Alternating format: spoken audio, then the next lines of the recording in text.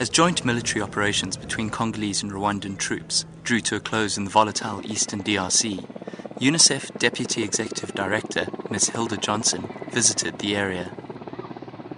Ms. Johnson travelled north from the regional capital Goma to the town of Rutshuru, which, until recently, was under rebel control.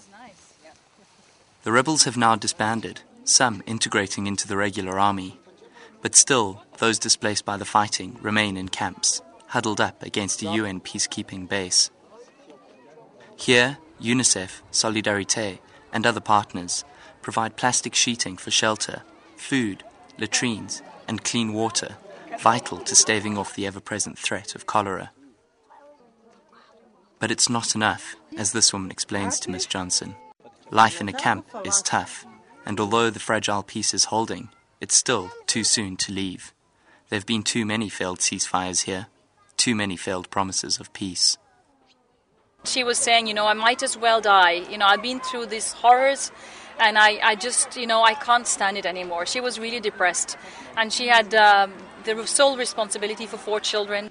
This camp is completely packed. I've been to many IDP camps, many camps for displaced, many refugee camps in my life, but I have hardly seen anything like this.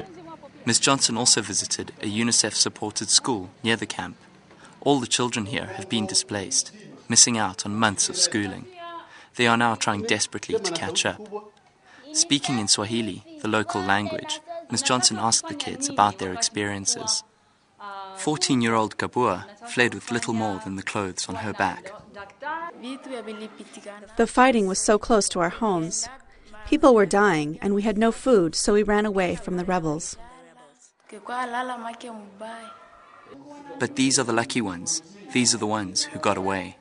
Since 2004, UNICEF has assisted in demobilizing and reintegrating around 30,000 children across the country, but an estimated 3,500 are still with armed groups. Ms. Johnson called for their unconditional release. The major issue for us now is to make sure that those children that are still with the combatants, that are still with CNDP and other rebel groups in the area, they have to immediately release the children. We need to ensure that the children are demobilized, get back to their communities, and are reintegrated.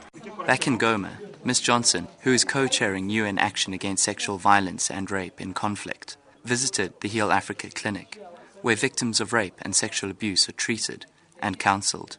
She spoke to victims and to the doctors and nurses that heal them. Ms. Johnson commended the government's efforts to end hostilities in the war-torn region, but called for an end to impunity for perpetrators of sexual violence. She left the East optimistic, but, like all those who fled their homes, like all those living in camps, admits it's too soon to tell whether peace will hold. This is Guy Hubbard, reporting for UNICEF Television.